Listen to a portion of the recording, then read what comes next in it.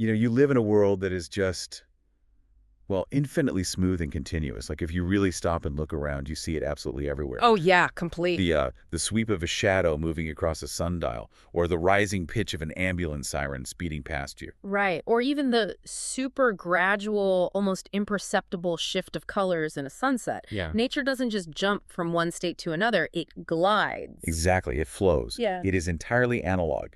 Yet your whole modern existence, like the phone in your pocket, the global financial system, Everything. yeah, the very device you're using to listen to us right now, it's all dictated by rigid, discrete, microscopic ones and zeros. Which is wild when you really think about it. Right. So we have to ask, how did we look at an infinite flowing universe and decide to just, cram it into tiny microscopic boxes? It really is like the ultimate act of translation. And honestly, maybe even a bit of a rebellion against nature. A rebellion. I Yeah. like that. Yeah, I mean, we looked at a reality that just absolutely refuses to be categorized neatly, right? Right. This reality of endless gray areas.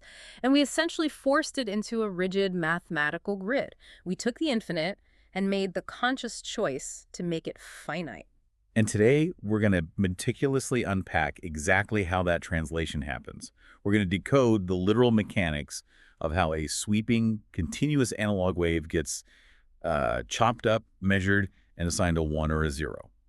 But more importantly, we're going on a bit of a philosophical journey.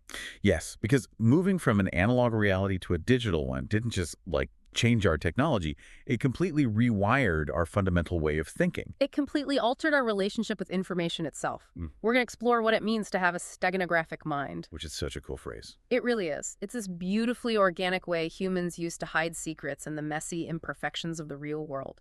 We'll contrast the natural, infinite efficiency of the analog world with the highly mechanistic arithmetic of the digital world. Right. And by the end of this, we're going to confront a pretty heavy question. Like, in our relentless quest to digitize everything, to perfectly square the circle of the natural world, have we left ourselves a little jaded? Have we lost something essential by throwing away the infinite? Exactly. So to really grasp what we threw away, we have to start the baseline, the analog reality. Let's talk about what it actually means for a communication or a signal to be analog. So, at its most fundamental level, analog communication means that the data is represented continuously as variations over time and space. Okay, continuously? Right. The information literally mirrors the physical phenomenon it represents. There is a direct proportional relationship. Like, if the physical pressure goes up, the signal goes up in exact proportion. Let's anchor this in something you experience every second of the day, right? Sound. When you hear my voice right now, you aren't hearing data. No, you're experiencing rapid physical vibrations of air molecules just hitting your eardrum. Right, and human hearing generally captures vibrations that alternate between 20 and 20,000 times per second, which we measure in hertz. Right. Now, if you were to plot the changing air pressure of my voice on a graph, Putting the intensity or amplitude on the vertical axis and time on the horizontal axis. exactly, you wouldn't get a series of disconnected dots. You get a completely smooth, continuously undulating wave. And that smooth continuity is the defining characteristic of our universe. Because it's continuous, between any 2 points on that sound wave, there is an infinite number of other points. Which is just crazy to think about. It is. Think about zooming in on a digital photograph.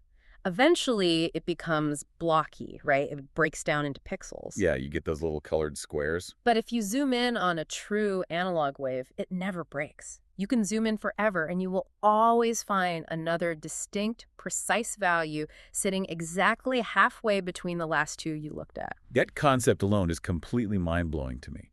The sheer infinity of analog. The universe doesn't have a minimum resolution. Exactly. And for over a century, humans figured out how to harness this infinite, continuous wave to carry information across vast distances. Which is the magic of analog modulation. Right. You start with a basic carrier wave, just a steady, silent electromagnetic hum being pumped out of an antenna. Then you alter it to encode a message. Okay, think about the radio dials in an old car, AM and FM.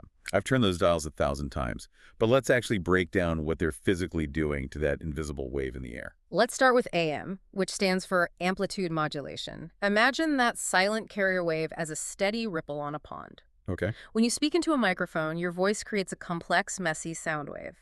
In AM radio, the transmitter takes your voice wave and uses it to vary the height or the amplitude of the carrier wave. So the frequency, like how close the ripples are to each other, that stays exactly the same. Exactly. But the peaks get taller and shorter in perfect synchronization with your voice. The receiver in your car antenna feels those changing heights and pushes the speaker cone in and out to match. That makes total sense. The height of the wave literally is the volume of the sound. But then, why did everyone switch to FM? Like, what's the physical difference? So FM stands for frequency modulation. Instead of changing the height of the wave, the height stays completely uniform. Okay. But the transmitter varies the spacing between the waves. As your voice gets louder, the waves get squeezed closer together. As it gets quieter, they stretch further apart. Oh, wow. And I guess the genius of FM is that it solves a major problem with AM, which is static. Exactly. Think about a lightning bolt striking a mile away. It creates a massive burst of electromagnetic energy. That burst physically adds height to the AM wave, which your radio interprets as a loud, crackling pop. But because an FM radio ignores the height of the wave entirely and only looks at the spacing, it completely ignores the lightning strike. Right. It offers far better audio quality and way less interference. But whether it's AM squeezing the heights or FM squeezing the spacing, both methods are utilizing these infinite continuous waves to carry our voices. Yeah, and there's a really deep realization here. This is why analog feels so natural to us. It is incredibly efficient at conveying human nuance, because it mimics nature, and nature is analog. But here is the crucial catch, right? To send a message of any value, you have to disrupt predictability. If an analog wave is perfectly uniform, just a smooth, unchanging sine wave, it tells you absolutely nothing. Right. Let me try out an analogy here. Imagine you and I are standing in a long hallway, and we're holding a long piece of rope between us. Okay, I'm picturing it. I start moving my arm up and down at a very steady, constant speed. The rope creates this beautiful, regular, endless undulation traveling toward you. It's completely predictable. Right. If you're watching that rope, you aren't learning anything new from me. The only information you're getting is that my arm isn't tired yet. Which isn't very useful. No. To actually send you a message, to communicate, I have to break that rhythm. I have to suddenly jerk the rope or pause or create a chaotic flutter. Right. You have to introduce variations that I don't already know are coming. Ex- That is a perfect physical demonstration of communication. And because that rope, that analog wave, has an infinite number of possible positions and speeds, it provides a massively nuanced canvas. You can convey anger by violently snapping the rope or hesitation by making the waves incredibly shallow. Right. The physical medium carries the emotional weight. Okay, but I'm going to push back a bit here. Yeah.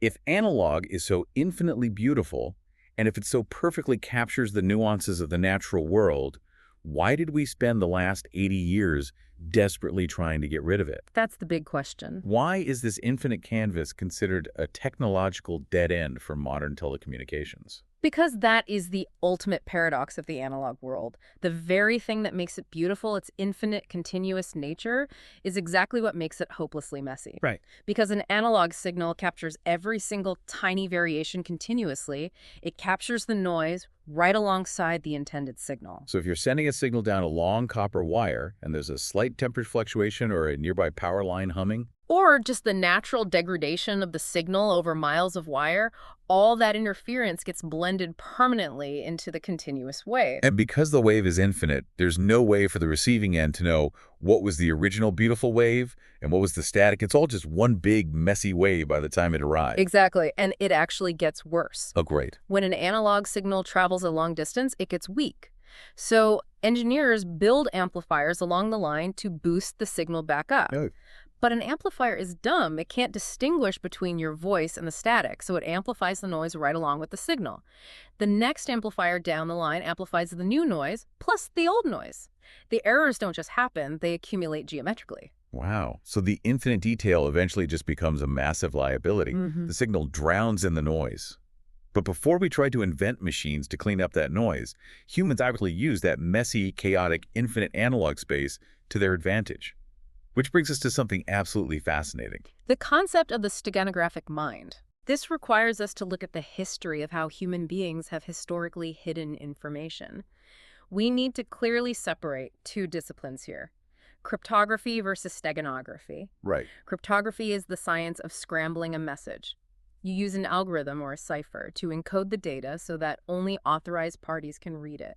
I think of it like putting a letter inside a heavy titanium safe with a massive combination dial on the front. That's a good way to picture it. Right, like if I carry that safe through the airport, everyone can see it. The security guards, the other passengers, everyone knows I have a secret. The existence of the secret is obvious, Yeah, but they just can't get to it without the combination. exactly right.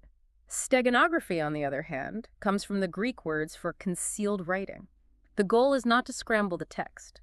The goal is to make sure no one even realizes a message is being transmitted in the first place. You are hiding the existence of the communication. So, sticking with the analogy, steganography isn't locking the letter in a safe. It's writing your secret message in lemon juice on the back of a boring, wrinkled grocery list and casually tossing it onto the kitchen counter. Right. Anyone who walks by sees a grocery list. They don't see a secret. Right. And historically, the analog world was an absolute playground for steganography. Spies used incredibly clever physical tricks. Like what? Well, one famous method was taking a printed newspaper and using a microscopic pin to puncture tiny holes through specific letters. Oh, wow. If a censor looked at the newspaper, it just looked like cheap, rough paper. But if the receiver held it up to a strong light, the glowing pinholes would spell out a message. Or there's the typewriter trick. Oh, yeah, that's a good one. Spies would use a specialized correction ribbon on a typewriter. If you type normally, the ink hit the page. But if you loaded this special ribbon and typed between the lines of a normal letter, it left absolutely no visible trace to the naked eye. It just looked like blank space. Right. But under a specific chemical wash or an ultraviolet light, the hidden text would suddenly bloom onto the page. What these techniques rely on is what we can call the steganographic and metaphorical thinking mind. In the analog reality, the human brain expects things to be a little messy. Yeah, because an analog signal has infinite nuance. Slight deviations are totally expected and instantly dismissed by our brains. Exactly. A scratch on a vinyl record, a slight fade in the ink of a printed letter, a tiny unnatural pause in a spoken sentence. We don't perceive these as data. We perceive them as the natural friction of the real world. Esotericism thrives in analog. You can hide a secret in plain sight because the human mind provides the cover. The noise is the camouflage. Our brains are hardwired to ignore the infinite, tiny imperfections of the physical world, but there is a massive vulnerability to this kind of organic hiding. What happens the moment I realize you're using lemon juice? Oh, right. The secret is instantly, permanently ruined. Once the enemy counterintelligence agent learns the trick, like once they know to hold every newspaper up to the light or run an iron over the grocery list, the game is completely over. Steganography is incredibly fragile because it relies entirely on the medium being overlooked, which is why the shift to digital steganography represents such a radical departure from our organic analog minds. How so? Well, in the digital world, we aren't hiding in the messy imperfections of physical ink anymore. We are hiding in pure, unadulterated mathematics. Right. Consider how we hide things in digital images today.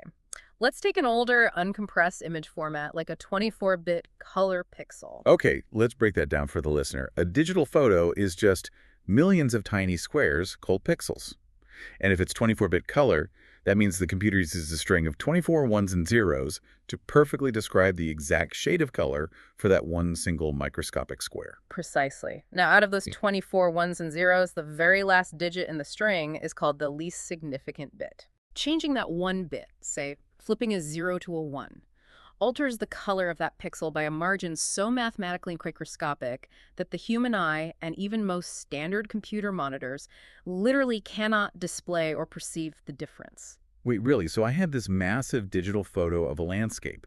If I take my secret document, turn it into binary, and systematically replace the very last, least significant bit of every single pixel in that landscape photo with the bits of my secret file. You can hide a massive payload like megabytes of hidden data inside a seemingly totally normal family vacation photo. That is wild. If you upload that photo to the internet, anyone who looks at it just sees a sunset. But someone with the right software can extract all those final bits, stitch them back together, and read your secret file. That is a massive conceptual shift. We aren't relying on a guard's lazy eyesight anymore. Digital hiding requires precise mechanistic arithmetic. It is mathematically forced. We are taking the messy reality of a photograph and squaring the circle, turning it into a rigid grid, and then we are hiding our secrets in the absolute decimals of a machine. But even digital signography couldn't solve the core problem of secure communication when the stakes became global. You mean World War II? Right. As the world hurled toward the massive logistical nightmares of World War II, generals and engineers realized that analog's infinite, noisy space was a fatal liability. You couldn't just hide a radio transmission crossing the Atlantic. The enemy was actively listening. They needed cryptography. They needed to scramble the voices. But analog scrambling was terrible. Yeah, if you try to scramble an analog voice, say, by flipping the high pitches to low pitches, a trained enemy listener could sometimes just listen carefully through the distortion and literally understand what was being said. The brain is too good at recognizing analog patterns. Exactly. They needed a totally new way to think about communication. They needed absolute mathematical security. They needed to abandon the infinite messy wave and embrace the rigid absolute. They needed to invent a world built entirely on ones and zeros. Which is wild because the foundation for that world was laid hundreds of years before the first computer or radio ever existed. If you want to understand the birth of binary thinking, we have to travel back to the 1700s. To a philosopher and mathematician named Gottfried Wilhelm Leibniz. It is one of the most remarkable intellectual leaps in human history. Leibniz is the man who formalized the binary number system. Right. He realized that you didn't need 10 digits, 0 through 9, to do mathematics. You could represent absolutely any number and perform any calculation using only 2 digits, 1 and 0. But the craziest part is why he did it. Leibniz wasn't trying to build a smartphone or encrypt a radio transmission. His motivation was deeply theological and philosophical. He was searching for a universal language of truth. Yes, Leibniz was a devout thinker. For him, the number 1 represented God, or unity, the ultimate perfect being. The number 0 represented the void, nothingness, the chaotic abyss. So his binary system wasn't just a neat math trick. It was the mathematical representation of the universe's creation. God, the one, creating everything out of the void, the zero. He literally believed he had mathematically proven the nature of creation. And what I find absolutely fascinating is how he found validation for this theory from the other side of the planet. Leibniz was corresponding with Jesuit missionaries who had traveled to China, and they introduced him to an ancient Chinese text called the I Ching, or the Book of Changes. The I Ching is a foundational text of Chinese philosophy dating back millennia. At its core, it uses a system of symbols called hexagrams to represent the fundamental principles of reality. Right. A hexagram is a stack of 6 horizontal lines. But there are only 2 types of lines allowed. A solid, unbroken line representing yang, the active creative principle, and a broken line with a gap in the middle representing yin, the receptive passive principle. If you stack 6 lines and each line has 2 options, solid or broken, you get exactly 64 possible combinations, 64 unique hexagrams. And when Leibniz saw this ancient Chinese grid of solid and broken lines, his mind exploded. He immediately recognized it. He saw the solid line as his 1 and the broken line as his 0. He realized that the ancient Chinese had intuitively mapped out a perfect binary progression from 0 to 63 centuries before he was even born. For Leibniz, the I Ching was confirmation that the binary system was a fundamental universal truth, recognized by ancient civilizations waiting to be rediscovered. Okay, that is a beautiful esoteric piece of history. But I have to admit, I'm struggling with the practical application here. Fair enough. Like, how does a 17th century theological obsession with ancient Chinese hexagrams and the nature of God translate into the literal silicon and electricity inside the laptop sitting on my desk? There has to be a missing link. There is, and it's a monumental one. The missing link is how we transition from representing numbers in binary to representing human logic in binary. That bridge was built by a self-taught English mathematician in the 19th century named George Boole. George Boole, the father of Boolean algebra. Exactly. Before Boole, mathematics was mostly about counting things and measuring things. Boole asked a radically different question. Can we create a mathematical system for human thought? Can we take logic, the way we argue, the way we deduce truth, and turn it into an equation? Which sounds impossible. Human thought is analog. It's messy, full of nuance and gray areas. But Boole stripped all the gray areas away. He created a system where every statement must be absolutely true or absolutely false. There is no maybe. And once you do that, it perfectly maps onto Leibniz's binary system. True is 1, false is 0. And once you have true and false, Boole invented what we now call logic gates. These are the fundamental building blocks of all computer processing. You can take these true and false states and perform logical operations on them. The primary words are AND, or, not, and XOR. Let's actually walk through what these mean because this is the core of the mechanistic arithmetic we mentioned earlier. Let's do it. Let's start with the simplest, the AND gate. Imagine a gate that accepts two inputs and produces one output. An AND gate demands perfection. It will only output a 1, meaning true if and only if input A and D, input B are both 1. If A is 1 and B is 0, the output is 0. If both are 0, the output is 0. It's strict. It requires total agreement. What about the OR gate? The OR gate is much more forgiving. It outputs a 1 if either input A or input B is 1. So if A is 1 and B is 0, the output is 1. It only outputs a 0 if both inputs are completely blank. Right. And the NOT gate just flips everything upside down. Exactly. It only has one input. Whatever you feed it, it spits out the opposite. Input a 1 gives you a 0. Input a 0 gives you a 1. There's also the XOR gate, the exclusive OR. This one always trips me up. XOR is the ultimate gate of difference. It outputs a 1 only if the inputs are different from each other. If you feed it a 1 and a 0, it gives you a 1. But if you feed it two 1s or two 0s, it outputs a 0. Okay, so we have these rules on paper, and they sound like fun little logic puzzles. But how does this do math? How does an AND gate do calculus? Because if you string enough of these simple gates together, magical things happen. Let's say you want to add binary numbers together. If you take an XOR gate and an AND gate and wire their inputs together, you create what's called a half adder. When you feed binary digits into it, the XOR gate calculates the sum, and the AND gate calculates the carryover to the next column. Just like when you carry the one in grade school edition. Exactly. By cascading thousands of these simple logical puzzles together, you can add, subtract, multiply, and perform operations of staggering complexity. This is mechanistic arithmetic.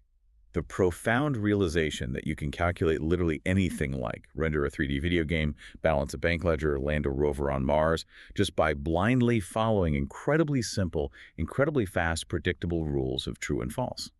But, and this is a massive, but in the 1800s, Boole was still just writing these symbols on paper. It was abstract philosophy. The physical world was still stubbornly analog. Right.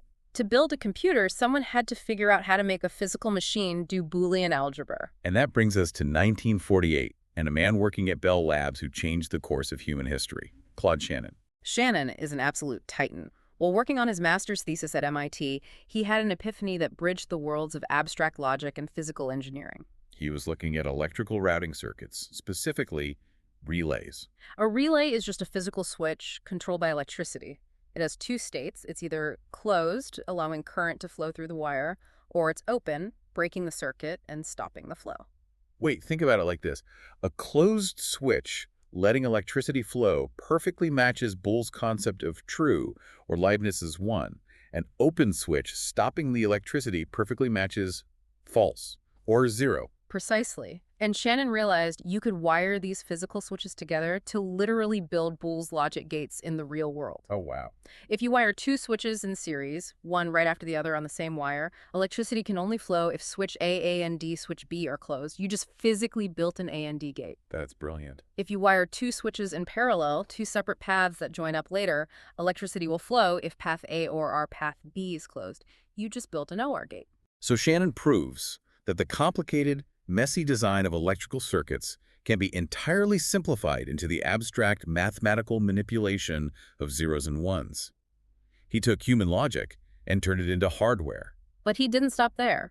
In 1948, he published a paper titled A Mathematical Theory of Communication, and in doing so, he completely redefined the word information itself. Before Shannon, if you asked an engineer or philosopher what information was, they would give you a fuzzy qualitative answer. They would say it's about meaning or context or human understanding. Shannon realized that to engineer perfect communication systems, he had to completely strip meaning out of the equation. He transformed information into a cold, precise mathematical measure. And to measure something, you need a unit of measurement. We measure distance in meters, weight in grams. Shannon needed a unit for information. And this gives us one of the greatest origin stories in tech. It happened over lunch at the Bell Labs cafeteria. Shannon and his colleagues were trying to come up with a catchy term for a binary digit. They were throwing around terrible ideas. Bindit, bidget. Thank goodness those didn't stick. Can you imagine talking about your gigabidget hard drive? Exactly. Finally, a brilliant mathematician named John Tukey chimed in and suggested bit. It was short, punchy, and it permanently entered the human lexicon. So Shannon has his unit, the bit, but how does he define what information actually is?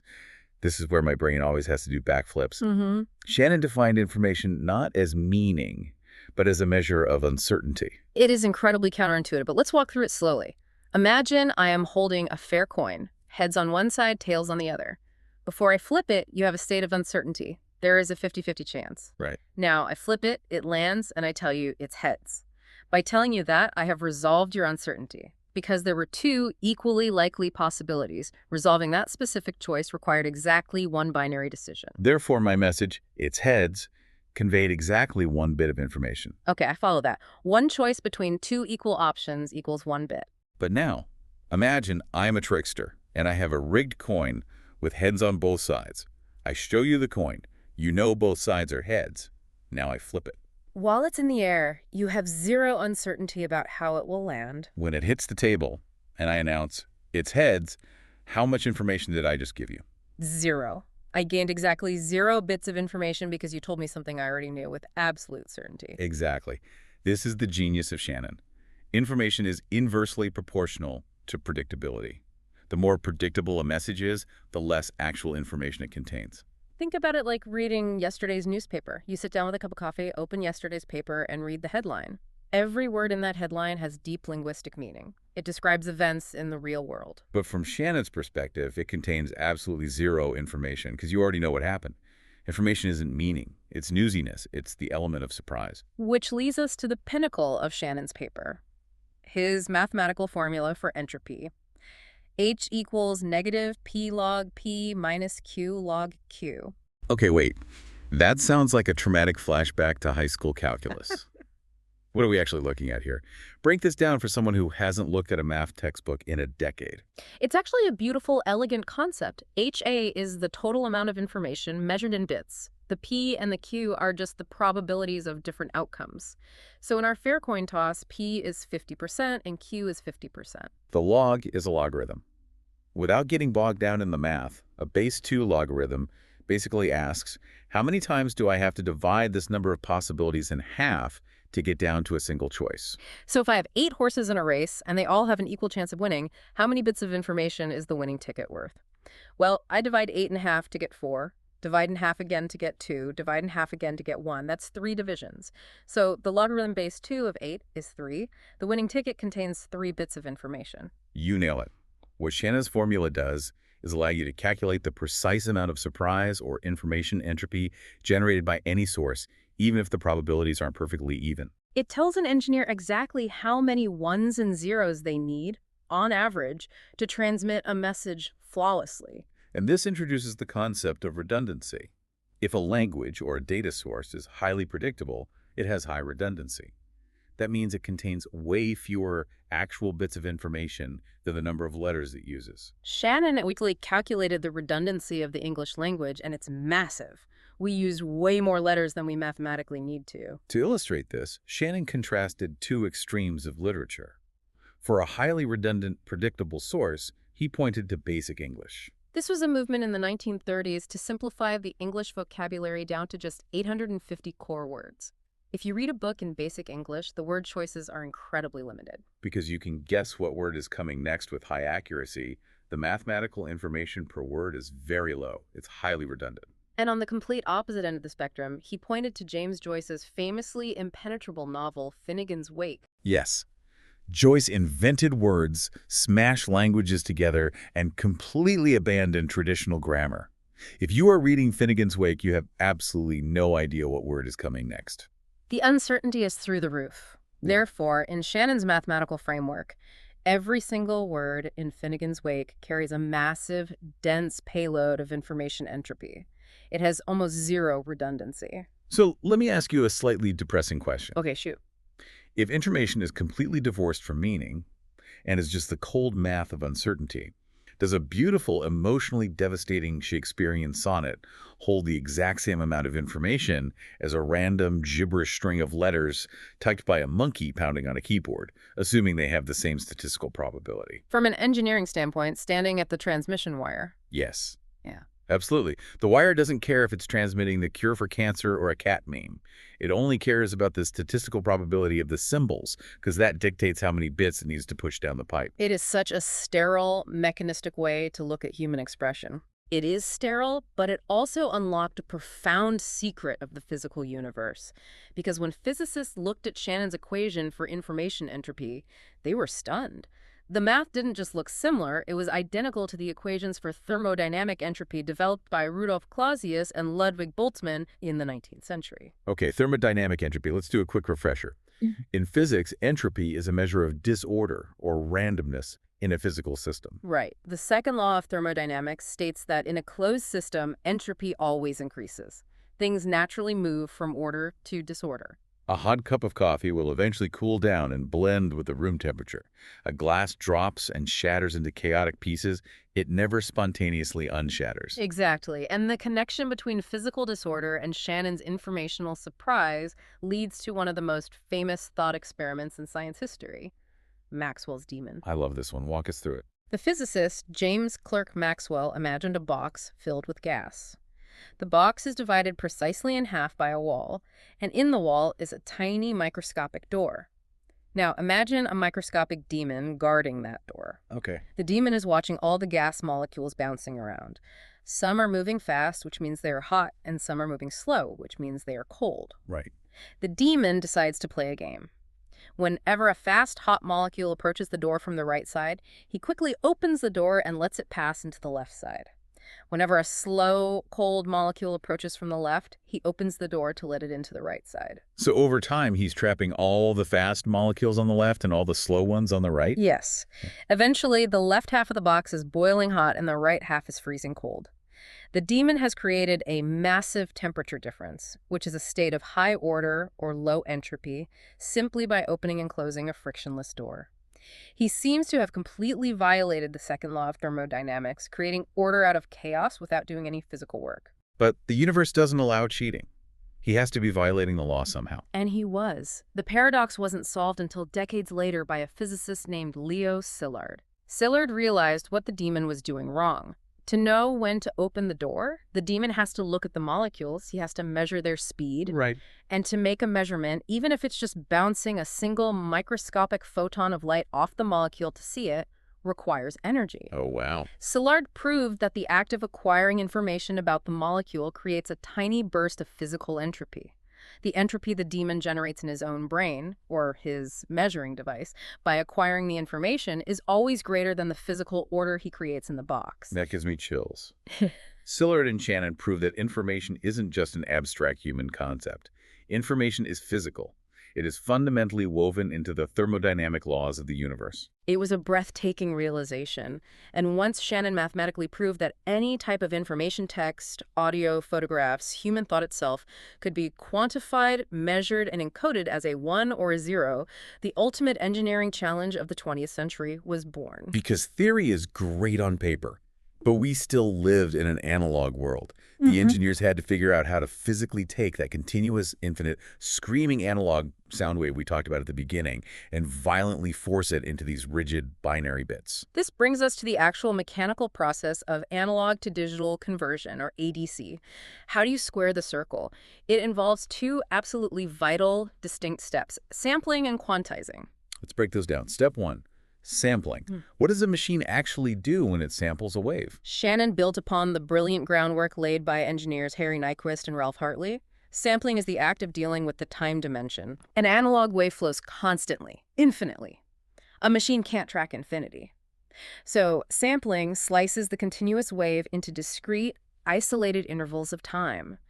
Instead of watching the wave constantly, the machine just checks the height of the wave at very specific, regular, split-second moments. So instead of drawing a smooth, unbroken line, the machine is just dropping pins on the graph paper.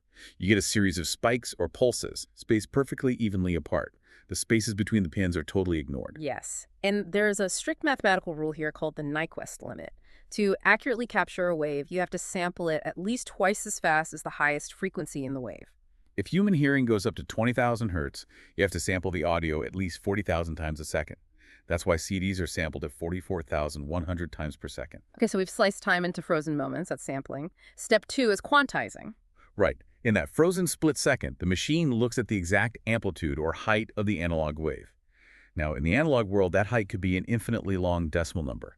It could be 23.45892, continuing forever. But binary can't handle infinity. So, quantizing forces that messy height into a rigid, predefined numerical scale. It's rounding. The machine says 23.458 is too messy. Yeah. We are just going to call it exactly 23. Exactly. It rounds it to the nearest rung on the ladder, and then it takes that discrete number, 23, and translates it into binary. The number 23 in binary is 10111. So the machine transmits that specific sequence of bits down the wire. This entire process, sampling time and quantizing the height into digits, is called pulse code modulation, or PCM. This is the absolute heart of the phrase squaring the circle. Imagine taking that smooth, elegant analog wave and superimposing a jagged, blocky stairway over it. We are approximating the graceful curve of nature with flat, rigid, measurable steps. Let's think back to our digital photo analogy. Imagine you have a beautiful, continuous analog film photograph of a golden retriever. You want to digitize it. First comes sampling. You drop a rigid grid over the dog's face, dividing it into thousands of tiny, distinct squares, the pixels. You've sliced up the space. Right. But inside any one of those tiny squares, the analog photo still has an infinite swirl of varying shades of fur, light, and shadow. The computer can't process an infinite swirl, so it averages it out. It looks at the whole square and says, on average, this pixel is a medium golden brown. And then comes quantizing. The computer looks at its predefined list of available colors. It might not have the exact shade of medium golden brown that exists in nature. It just picks the closest mathematical match on its 24-bit color palette. It assigns that square a definitive string of ones and zeros. It has literally turned the dog into math. But notice the profound philosophical shift that just happened. Digital representation sacrifices the infinite exactness of the analog wave to gain a precise, compact, and finite representation. When we build that jagged stairway over the smooth wave, we are literally losing the spaces between the steps. The microscopic data that existed in the analog wave between our 44,000 samples a second, or the subtle shades of color that fell between our quantized height levels, is thrown away. It is gone forever. And this is where my brain starts to rebel a little. If we are actively chopping up reality into a jagged stairway, averaging out the nuances, and literally throwing away the infinite data that lives in the spaces between the steps, aren't we actively degrading reality? How on earth did this become the dominant technological upgrade of the human race? We willingly accepted this loss of infinite reality because that jagged stairway gave humanity a superpower that the smooth analog wave never could. It gave us absolute mathematical control over noise and error. And that control was not just an academic pursuit. It was born out of desperate existential necessity during the darkest days of World War II. You're talking about the X system, the absolute pinnacle of wartime secrecy. Yes, also known as Sigsaly. During the war, the Allied leaders, like Winston Churchill in London and Franklin D. Roosevelt in Washington, needed to have highly sensitive telephone conversations to coordinate global strategy. But they had a massive problem. They were talking over transatlantic radio links, and the Nazis had listening stations picking up every single word. And as we discussed earlier, analog encryption was terrible. If you just inverted the analog frequencies of Churchill's voice, it sounded like Donald Duck. But a clever German intelligence officer could eventually tune their ear, listen through the distortion, and understand the words. Analog signals are too organic. They leave too many clues. The Allies realized that as long as the voice remained an analog wave, it was vulnerable. They needed something as absolutely secure and impenetrable as the on-off pulses of a telegraph. They needed to digitize human speech. Which was incredibly difficult in the 1940s. Sigsaly wasn't a microchip. It was an absolute monster of a machine. It weighed over 50 tons, it took up massive rooms in the Pentagon and in London, and it required massive amounts of power and air conditioning just to run. But what it did was revolutionary. It took Churchill's voice and it ran it through analog to digital conversion. It sampled his speech 50 times a second, quantized the frequencies, and turned the Prime Minister of Great Britain into a continuous stream of absolute ones and zeros. And here is the genius part. Once Churchill was just a string of numbers, they could perform mathematical cryptography on him. They generated a key, a totally random, chaotic stream of ones and zeros pressed onto a massive vinyl phonograph record. They gave one copy of the record to Washington and one copy to London.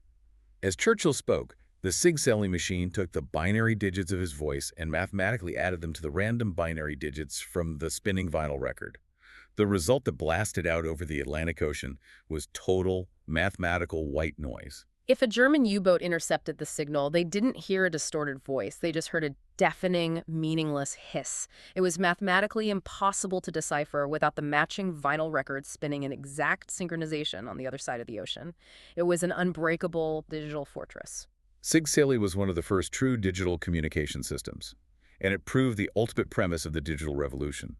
By accepting the loss of the continuous whole, by chopping reality into discrete numbers, we gain security, clarity, and absolute predictability. Let's really dig into that trade-off. The digital trade-off. Predictability versus natural efficiency. We established that analog signals are doomed by distance. Every time you amplify the beautiful, infinite analog wave, you amplify the hiss of the universe along with it. The noise wins. Digital completely solves this through two brilliant concepts developed by Claude Shannon: source encoding and channel encoding. Right, let's look at source encoding first. This is basically compression. Think back to Shannon analyzing the redundancy of the English language. If a machine knows that the letter U almost always follows the letter Q, it doesn't need to waste bits transmitting the U. It strips away all the predictable, redundant fat to save bandwidth.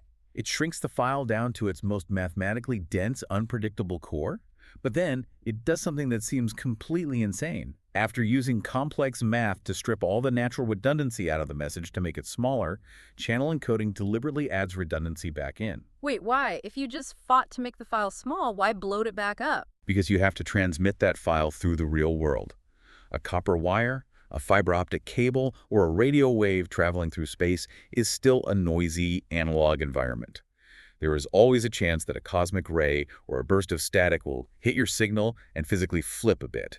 A 1 gets knocked over and arrives at the destination as a 0. And in a highly compressed digital file, one flipped bit can be catastrophic.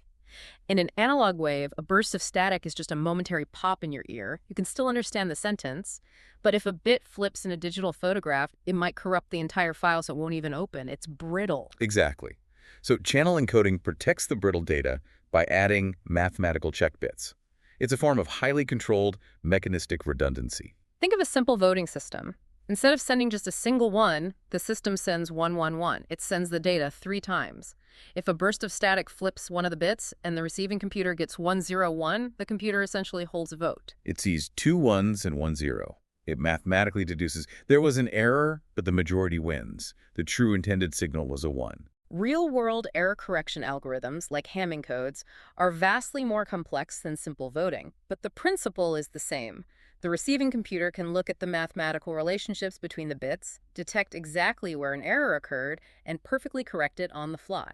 And the ultimate proof of this is deep space exploration. The Pioneer 9 space probe is a fantastic example. NASA launched it to orbit the sun and beam back data. But as it got millions of miles away, the signal became incredibly weak, drowning in the massive electromagnetic noise of the solar system. If Pioneer 9 was using analog radio, its signal would have faded into the background hiss of the universe very quickly. But because it used Shannon's digital coding schemes, Pioneer 9 could travel 40% farther into deep space and still be perfectly understood by Earth. Even though the physical radio wave hitting the dish on Earth was incredibly distorted and noisy, the error correction algorithms could mathematically reconstruct the pristine, original string of 1s and 0s. NASA got perfect data without having to spend millions of dollars building a more powerful transmitter. It's an undeniable, staggering triumph of human engineering. The internet, lossless audio, streaming video, deep space communication, none of it exists without the digital stairway. But it brings us right back to the philosophical core of our deep dive. Have we become jaded? It's a valid concern. Digital efficiency allows for incredible feats, but it trains us to think strictly in mechanistically predictable ways. We come to expect flawlessness. We expect the video to buffer perfectly. Think about my painting analogy. An analog communication is like a physical, priceless oil painting hanging in a museum. It is continuous, it is deeply nuanced, and it is beautiful, but it is vulnerable. If you leave it exposed to the sun, the colors fade. If someone bumps into it and scratches it or spills coffee on it, it is ruined. The errors become a permanent part of the painting. Digital communication, on the other hand, is like a massive paint-by-numbers grid. It's blocky, it loses the expressive brushstrokes, it averages out the colors. But if you hand someone the instruction sheet with all the numbers on it and they spill coffee all over it, it doesn't matter. As long as they can use error correction to read the underlying numbers beneath the stain, they can paint a perfect, identical, flawless copy of that image over and over until the end of time. We achieved immortality for our data. But do we lose the soul of the communication when we do that? In the digital world, there is absolutely no room for the esoteric. There is no room for the steganographic mind to hide secrets in the fading ink or the slight pause of a breath. An error in digital is just a flipped bit. It isn't interesting, it's a mistake, and it is rigidly, mercilessly corrected and scrubbed clean by the algorithm. This tension is exactly why audiophiles still swear by the warmth of vinyl records. A vinyl record is a physical analog groove carved into plastic. The needle dragging through it picks up the music, but it also picks up dust, static, pops, and hisses. It has flaws. And our analog brains actually love those flaws. It grounds the experience. It feels real, like the musicians are in the room. When we listen to a perfectly quantized, error-corrected, surgically clean digital MP3, it often feels flat. Are we optimizing our culture for sterility? It's a profound question. By digitizing the world, we willingly abandon the finer feelings of continuous waveforms because we place a higher societal value on the ability to mathematically predict, store, and clean a signal. We traded organic nuance for mathematical certainty. But regardless of the philosophical cost, the digital revolution won the war. The world is built on bits. So, practically speaking, once a message is chopped up, quantized, and turned into millions of these sterile ones and zeros, how does a physical machine actually process them? We talked about Boole's abstract logic gates, but how does a computer actually think? To understand the physical reality of a computer's brain, we have to look at information as architecture. Specifically, the von Neumann architecture, proposed by mathematician John von Neumann in 1945. It is the architectural blueprint for almost every modern computer, phone, and smart device on Earth. Before von Neumann, computers like the ENIAC were essentially massive calculators. To change the program, say, to switch from calculating artillery trajectories to calculating weather patterns, operators literally have to walk around the machine and physically unplug and replug hundreds of thick black cables to rewire the logic gates. The program was the physical wiring. Von Neumann's genius was realizing that this was incredibly inefficient. He proposed dividing the computer into two main interacting parts, the memory and the central processing unit, or CPU. And his revolutionary idea was the stored program concept. Let's go back to an analogy here. I like to think of computer memory as a massive, towering wall of post office boxes, millions of TO boxes. Each box is the exact same size, and each has a specific, unique numbered address on the door. Inside each box, you can store a binary number, a string of ones and zeros. In a pre-von Neumann machine, those PO boxes only held the data, the numbers you wanted to add up. But von Neumann said, why can't the PO boxes also hold the instructions? To a computer, a string of ones and zeros representing the number 5 looks exactly the same as a string of ones and zeros representing the command ADD. Data and instructions are physically the same thing. They're all just bits stored in numbered boxes. So the program itself is stored in the memory, right alongside the data it's processing. That means you can change the software without ever touching a wire. But how does the CPU, the brain, actually do the work? Through an incredibly fast, relentless loop called the fetch-execute cycle. The CPU is made of several specialized parts. First, you have the program counter. The program counter is very simple. It just holds the address of the very next PO box it needs to look at. So the program counter says, go to box number 101. The CPU reaches out to the memory, opens box 101, and fetches the string of ones and zeros inside. Exactly. That number is brought into the CPU and handed to the instruction decoder. The decoder's entire job is translation. It looks at the pattern of bits and figures out what physical action that pattern represents. Does 1211 mean ADD? Does it mean OEE data? Does it mean JMP to a new PO box? Once it decodes the instruction, it actually has to do the math. That happens in the ALU, the Arithmetic and Logic Unit. The ALU is a massive, complex web of those exact same Boolean logic gates Shannon built, AND, or not XOR R. The ALU takes the data, runs it through the gates, and calculates the result. And it does this work inside incredibly fast temporary memory locations right there inside the CPU called registers. Okay, let's tie all these parts together. I like to picture the CPU as a hyperactive, slightly obsessive, short-order cook working alone in a diner. Don't say it right. The orders coming in from the waitstaff are the memory. They're sitting on the metal ticket rail above the grill. The cook himself is the CPU. He looks at his tally counter, the program counter, to see which ticket is next in line. He reaches up and grabs ticket number 1, that's the fetch phase.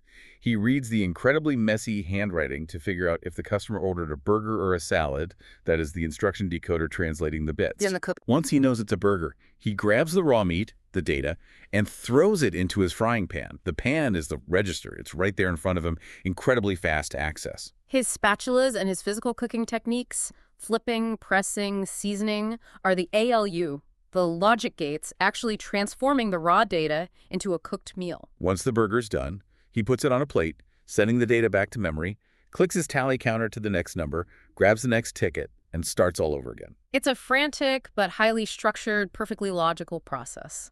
A modern CPU performs that entire fetch, decode, execute cycle billions of times every single second. But when you scale this up from one solitary short-order cook to massive global networks of computers, think of systems administration, managing server farms with millions of processors, the sheer scale introduces entirely new principles of behavior, scalability, uniformity, and causality. If you are a systems administrator managing 1,000 servers for a major website, scalability means designing the system so it can grow effortlessly.